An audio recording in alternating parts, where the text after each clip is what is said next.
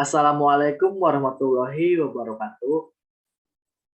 Perkenalkan, saya Obi Anggara dari Program Studi Manajemen Fakultas Ekonomi dan Bisnis Universitas Buana Perjuangan Karawang.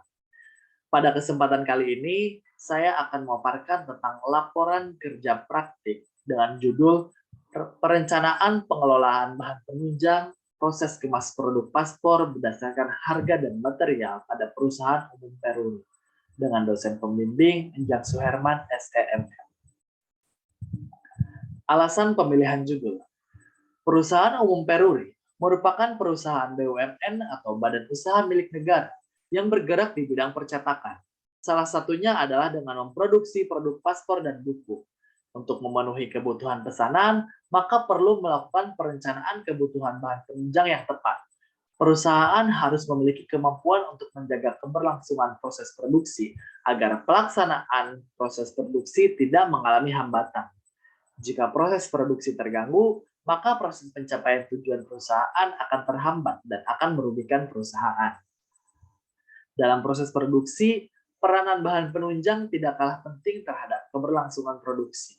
Oleh karena itu, perusahaan harus bisa mengendalikan bahan penunjang dengan baik. Dalam hal ini, sering terjadi adanya ketidaksesuaian antara persediaan bahan penunjang dengan pemesanan produk paspor dikarenakan adanya persediaan bahan penunjang yang berlebihan atau kekurangan setelah selesainya proses produksi. Permasalahan yang terjadi pada bagian inventory dikarenakan kurangnya optimalisasi jumlah persediaan bahan penunjang sehingga akan menghambat proses produksi serta mengurangi tingkat efisiensi biaya dan waktu pada perusahaan. Untuk mengetahui persediaan bahan penunjang serta perencanaan pengelolaan bahan penunjang proses kemas paspor dan buku di perusahaan umum Peruri, maka saya mengkaji secara mendalam masalah ini sebagai bahasan dalam laporan yang berjudul Perencanaan Pengelolaan Bahan Penunjang Proses Kemas Produk Paspor berdasarkan harga dan material pada perusahaan umum Peruri. Gambaran umum perusahaan. Peruri adalah badan usaha milik negara yang didirikan melalui Peraturan Pemerintah Nomor 60 Tahun 1971. Hasil peleburan antara perusahaan negara Artayasa dengan perusahaan negara Percetakan Kebayoran. Di dalam perjalanannya, pemerintah telah mengubah peraturan pemerintah yang mengatur tentang Peruri dengan beberapa kali perubahan, hingga yang paling terakhir yaitu Peraturan Pemerintah Nomor 6 Tahun 2019. Di dalam PP tersebut disebutkan bahwa kegiatan usaha Peruri mencakup mencetak uang mata uang rupiah guna memenuhi kebutuhan sesuai permintaan Bank Indonesia. Yang kedua, membuat dokumen negara yang memiliki fitur security berupa dokumen keimigrasian dan benda materai guna memenuhi kebutuhan sesuai permintaan instansi yang berwenang. Yang ketiga, membuat dokumen lain untuk negara yang memiliki fitur security berupa pita cukai dan dokumen pertanahan. Yang keempat, membuat dokumen lainnya untuk negara yang memiliki fitur security dan barang cetakan logam non-uang. Yang kelima, mencetak mata uang dan membuat dokumen negara lain yang memiliki fitur security atas permintaan negara yang bersangkutan, sepanjang telah terpenuhinya percetakan mata uang rupiah. Yang keenam, menyediakan jasa yang mempunyai fitur security yang berkaitan dengan maksud dan tujuan serta kegiatan usaha perusahaan. Yang ketujuh, fabrikasi kertas uang, kertas security dan tinta security, serta yang kedelapan, jasa digital security. Definisi manajemen menurut para ahli. Menurut Sarinah pada tahun 2017, definisi manajemen adalah suatu proses dalam rangka mencapai tujuan dengan bekerja bersama melalui orang-orang sumber daya organisasi lainnya. Menurut Divin dalam Indarto pada tahun 2016, mendefinisikan manajemen sebagai sebuah proses perencanaan, pengorganisasian, pengkoordinasian, dan pengontrolan sumber daya untuk mencapai sasaran secara efektif dan efisien. Efektif berarti bahwa tujuan dapat dicapai sesuai perencanaan. Sementara efisien berarti bahwa tugas yang ada dilaksanakan secara benar, terorganisir, dan sesuai dengan jadwal. Haiman dalam Firmansyah dan Marahbika pada tahun 2018 mengatakan bahwa manajemen adalah fungsi untuk mencapai suatu melalui kegiatan orang lain dan mengawasi usaha-usaha individu untuk mencapai sesuatu melalui kegiatan orang lain dan mengawasi usaha-usaha individu untuk mencapai tujuan bersama. Fungsi manajemen, menurut Terry dalam Wijaya dan Rifai pada tahun 2016, menjelaskan fungsi manajemen yang terdiri dari These four fundamental functions of management are 1. Planning, 2. Organizing, 3. Actuating, 4. Controlling. Di dalam aktivitas manajemen ada 4 fungsi, yaitu perencanaan, pengorganisasian, penggerakan, dan pengawasan. Sedangkan menurut file dalam Indartono tahun 2016 menjelaskan tentang fungsi manajemen, yaitu merancang, mengorganisir, memerintah, mengordinasi, dan mengendalikan.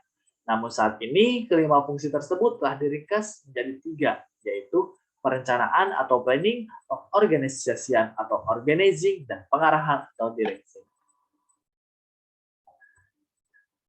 Selanjutnya ada definisi manajemen keuangan menurut para ahli.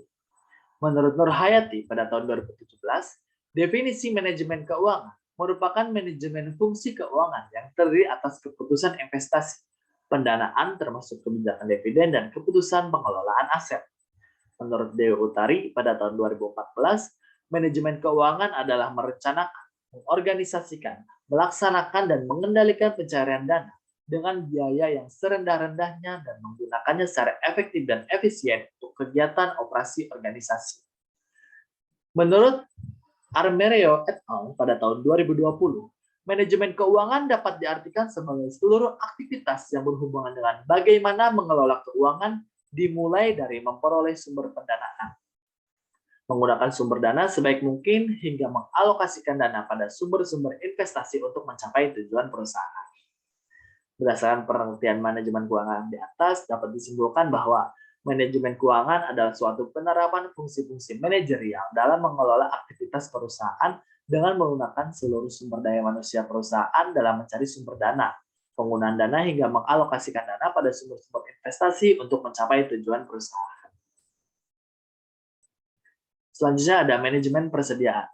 Menurut Fahmi pada tahun 2012, manajemen persediaan adalah kemampuan suatu perusahaan dalam mengatur dan mengelola setiap kebutuhan barang baik, barang mentah, barang setengah jadi, dan barang jadi agar selalu tersedia baik dalam kondisi pasar yang stabil dan berfluktuasi. Menurut Meilawati dan Supriyatno pada 2016, manajemen persediaan merupakan hal yang penting diperhatikan dalam organisasi industri. Karena manajemen persediaan menyangkut bagaimana organisasi dapat mengendalikan material dalam melaksanakan kegiatan penerimaan, penyimpanan, pemeliharaan, dan penyaluran material dari hasil pengadaan dan penyimpanan material. Manajemen persediaan dapat disimpulkan yaitu kemampuan suatu perusahaan dalam mengatur, mengelola sistem persediaan, pengontrolan aset, serta mengendalikan material dan kegiatan penerimaan, penyimpanan, pemeliharaan, dan penyaluran material dalam proses produksi hingga penjualan produk. Tujuan diadakannya kerja praktek ini yaitu untuk mengetahui jumlah bahan penunjang yang akan digunakan pada proses kemas paspor. Yang kedua, untuk mengetahui harga serta keuangan dari bahan penunjang yang digunakan pada proses kemas paspor.